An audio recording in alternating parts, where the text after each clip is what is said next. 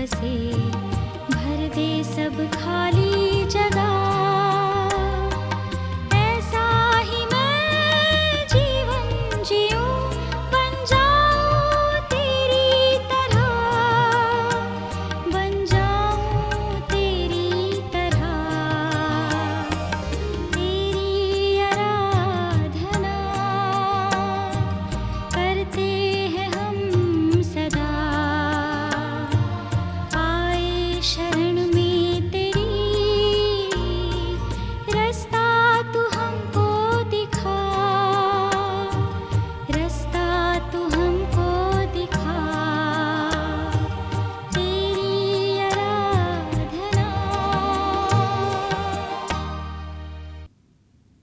मसीह यीशु में मेरे प्रिय भाइयों और बहनों, मैं आपको जो कि मुझे देख रहे हैं और सुन रहे हैं, यीशु के मधुर नाम में प्रणाम करता हूँ। परमेश्वर ने यह मुझे मौका दिया है कि मैं इस चैनल के माध्यम से परमेश्वर के वचन के द्वारा से आपसे बातचीत कर सकता हूँ।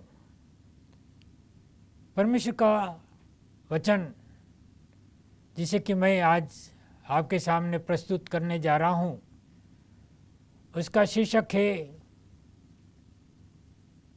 सुसमाचार प्रचार का कार्य एक कटनी का कार्य है।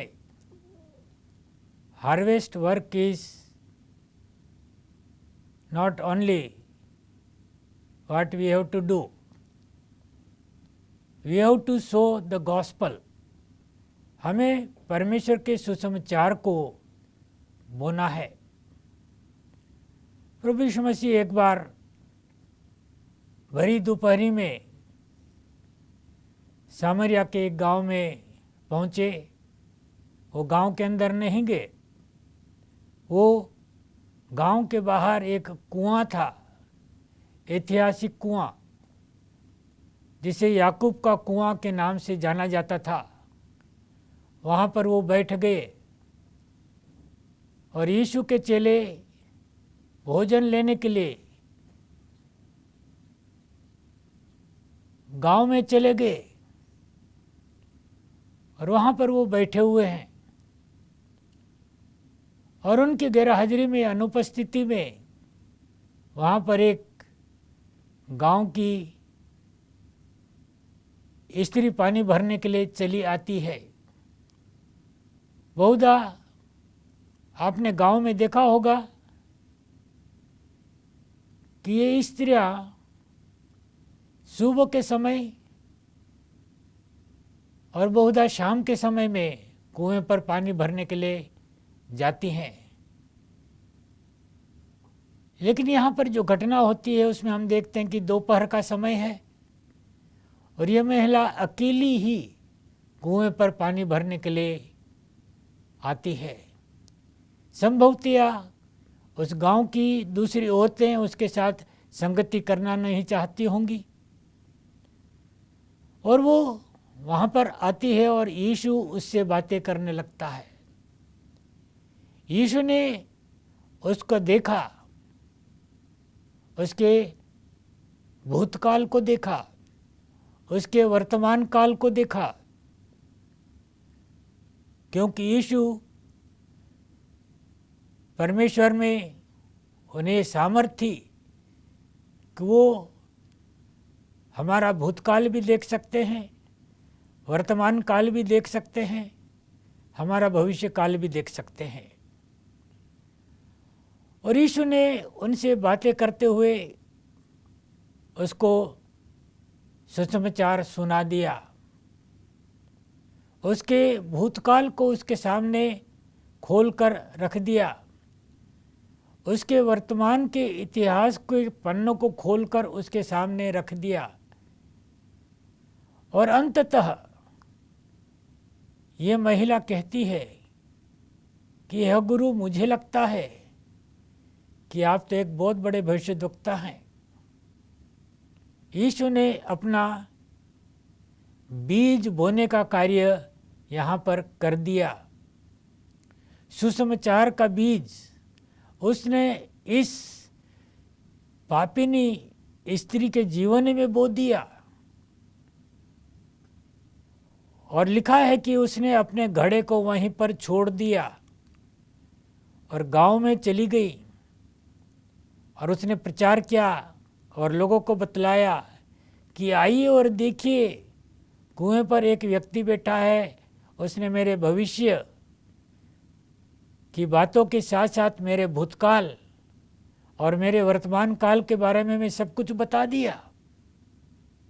और सारा गांव उमड़ आता है, यीशु से भेंट करता है और यीशु उनको भी सुसमाचार सुनाता है। इस बीच में यीशु के चेले भोजन लेकर आ गए और यीशु से कहने लगे कि आप भोजन कर लीजिए, थके हुए हैं, हमें और भी आगे यात्रा करनी है। यीशु कहने लगा कि मैंने अपना भोजन खा लिया। और उसके चेले सोचने लगे कि हमारी गैरहाजिरी में, हमारी अनुपस्थिति में किसने यीशु को भोजन खिला दिया। लेकिन आसपास उन्हें कुछ दिखाई नहीं दिया और यीशु ने उनको समझाया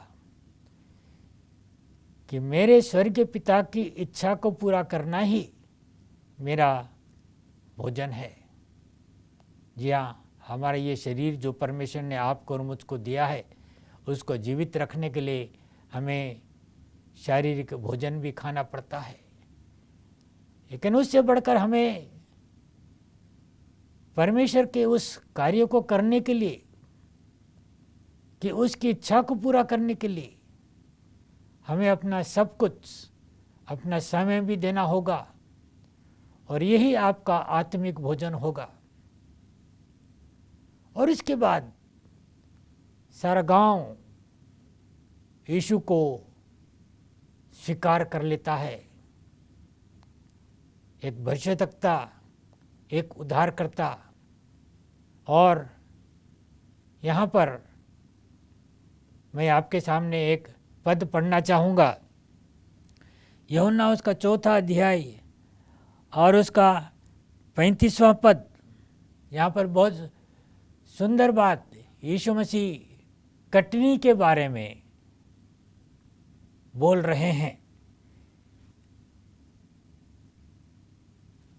यहाँ पर इस प्रकार से लिखा हुआ है, क्या तुम नहीं कहते कटनी होने में अब भी 4 महीने पड़े हैं?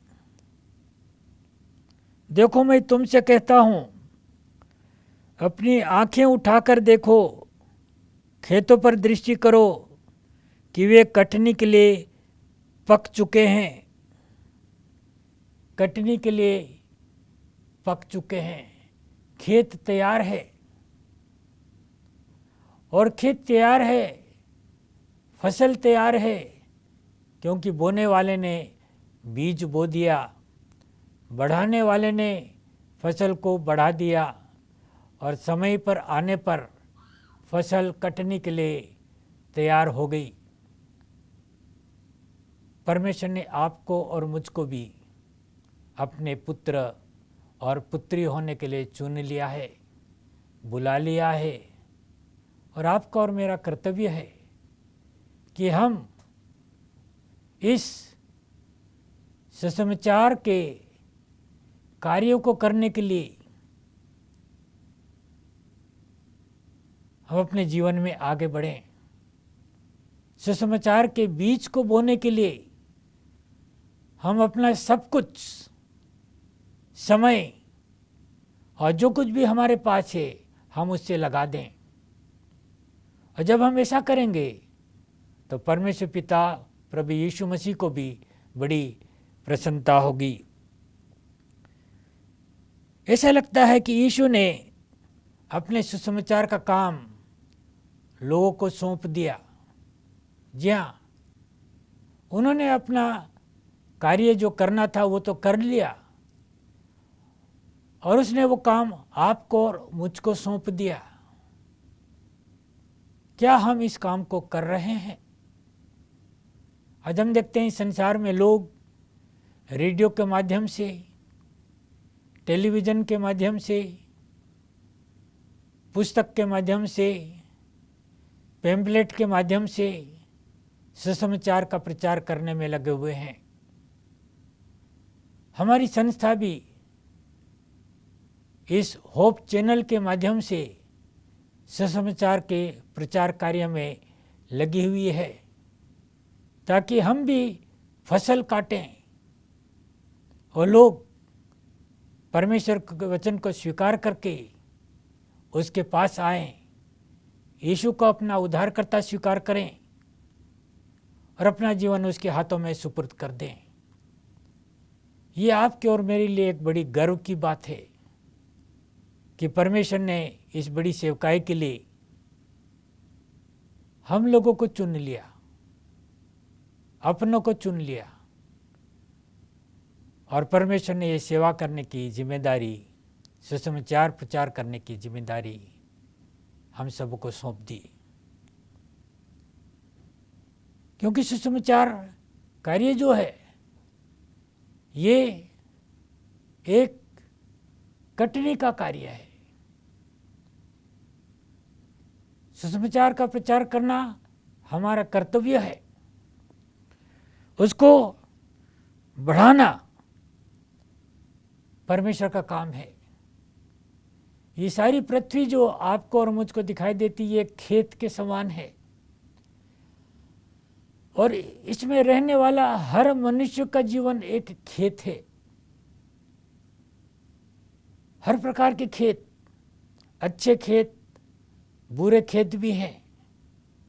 फिर भी हमें मेहनत करके फसल को बोना है, सुसमाचार के बीज को बोना है और उसको बढ़ाना परमेश्वर का काम है।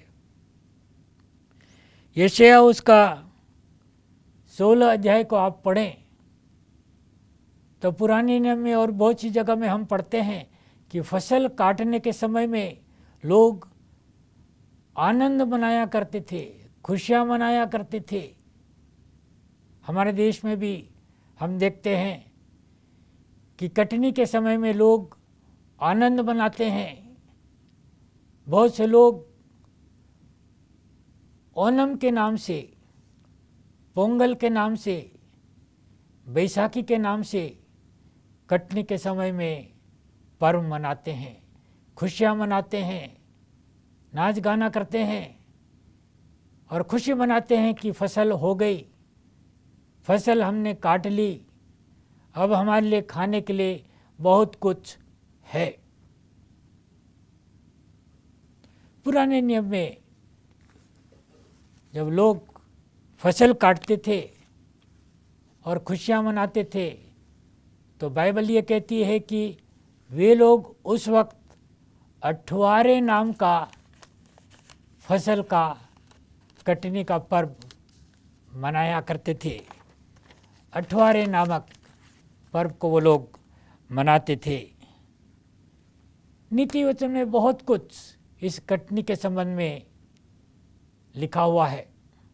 नीति वचन उसका 26वां अध्याय उसका पहला पद जब हम पढ़ते हैं तो यहाँ पर लिखा हुआ है कि कटनी के समय में वर्षा का होना किसान के लिए काफ़ी दुखदायी होता है, कठिन होता है,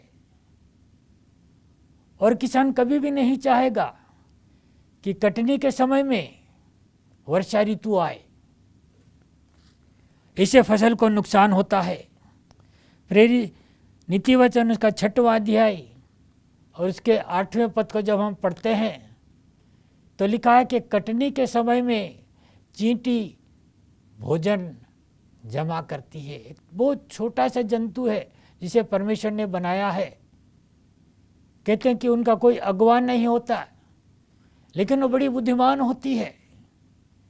कटनी के समय वो अपने लिए भोजन को जमा कर लेती है ताकि उसके बाद वो आराम से भोजन खा सके। नीति वचन उसका 20वां अध्याय और उसका चौथा पद मैं आपके सामने पढ़ना चाहूँ। यहाँ बड़ी सुंदर बात लिखी हुई है कि आलसी मनुष्य शीत के कारण हल नहीं जोतता और इसके कारण शीत के समय में वो भीख मांगता है। आलसी मनुष्य को कोई पसंद नहीं करता, कोई उसका आदर सम्मान नहीं करता। मुझे एक छोटी सी कहानी याद आती है। जब मैं पढ़ता था तो मैंने सुनी थी कि एक पेड़ के ऊपर एक चींटी और एक झिंगूर बड़े मित्रता के साथ रहते थे, और जब कटनी का समय आया तो चींटी ने अपने इस मित्र झिंगूर से कहा, आइए हम शीतकाल के लिए भोजन जमा कर लेते हैं। इस झिंगूर ने कहा कि आप जाइए, मुझे गीत गाना बहुत अच्छा लगता है। और चींटी चली गई और उसने अपने लिए बहुत सारा भोजन इकट्ठा कर लिया। लेकिन ये झिंगूर उस वक्त सिर्फ गाना गाता रहा। कटने का समय चला गया, शीतकाल का समय आया और उसके पास खाने के लिए कुछ नहीं था। और वो अपने मित्र चींटी के पास गया कि मुझे बहुत भूख लगी है, आप मुझे खाने को ला दीजिए। चींटी ने कहा कि आप गाना गाते रहिए, अपना पेट भर लीजिए। सिर्फ गाना गाने से, यहीं इधर से उधर भटकने से, समय को नष्ट करने से पेट नहीं भरता। परमेश्वर ने हमको सुसमाचार प्रचार करने के लिए चुन लिया। हमारा कर्तव्य है कि हम अपने इस कार्य को बड़ी ईमानदारी के साथ, हिम्मत के साथ, धैर्य के साथ हम लोग निरंतर करते चले आएं। एक सुंदर गीत मुझे याद आता है जो हम बहुधा गाते रहते हैं कि भोर के समय दया रूपी बीज को बोना, कटने के समय में आनंद के साथ उसको काटना। दया रूपी सुसमाचार के बीज को आपको और मुझको बोना है। बाइबल में ये भी लिखा है कि जो रोते हुए बोएगा, कटने के समय वो आनंद के साथ फसल को काटेगा। जी हाँ, इस समाचार प्रचार के कार्य में बहुत सी कठिनाइयाँ आती है, रोने का भी समय आता है, प्राणों को गंवाने का भी समय आता है। लेकिन बाइबल ये बतलाती है कि हम आनंद के समय, हम खुशी के साथ फसल को काटेंगे।